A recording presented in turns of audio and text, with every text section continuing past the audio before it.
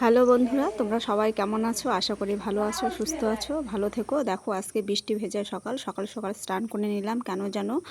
আমাদের বাঙালিদের হিন্দু ধর্মের জানো তো অনেক পুজো পার্বণের নিয়ম আছে। তো আমাদ শুরু হয়ে গেছে, তাই আমি আমাদ আজকে বেড়ে দেব ঠাকুরকে। তো তাই সকাল সকাল স্নান সেরে পুজোটা তাড়াতাড়ি সেরে নিচ্ছি। তো পুজো দিতে একটু লেট হবে, তাই ঠাকুরটা শুধু স্নান করে নিচ্ছি। কারণ আমাদের আমাদ দিতে গেলে দুধ দিতে হয় ঠাকুরকে, তো দুধ পাচ্ছিলাম না।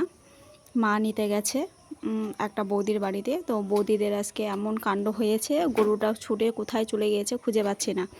তাই অনেক দেরি হবে, তাই ধীরে ধীরে আমি পুজো করছি।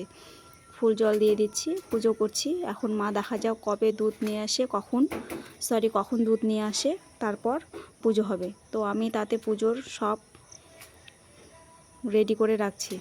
তো দেখো আমার ঠাকুর স্নান করানো হয়ে গেল। এবার আমি পুজোর জোগাড় করছি। নিয়ে এসছে কাঁঠাল, আম, কাঁঠাল আর দুধ দিতে হয় আমাদের হিন্দু ধর্মের নিয়ম মতো। তো তাই আমি কাঁঠালগুলো আগে ছুলে নিচ্ছি। বের করে নিয়ে এবার কাঁঠালের বীজগুলো বের করে নিচ্ছি।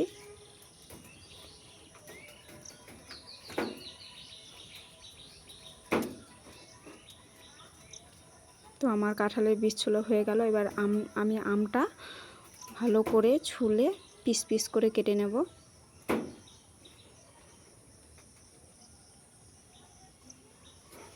তো এইভাবে আমার আম কাটাও হয়ে গেল। তো অবশেষে অনেকক্ষণ পর মা দুধ নিয়ে আসলো দেখো।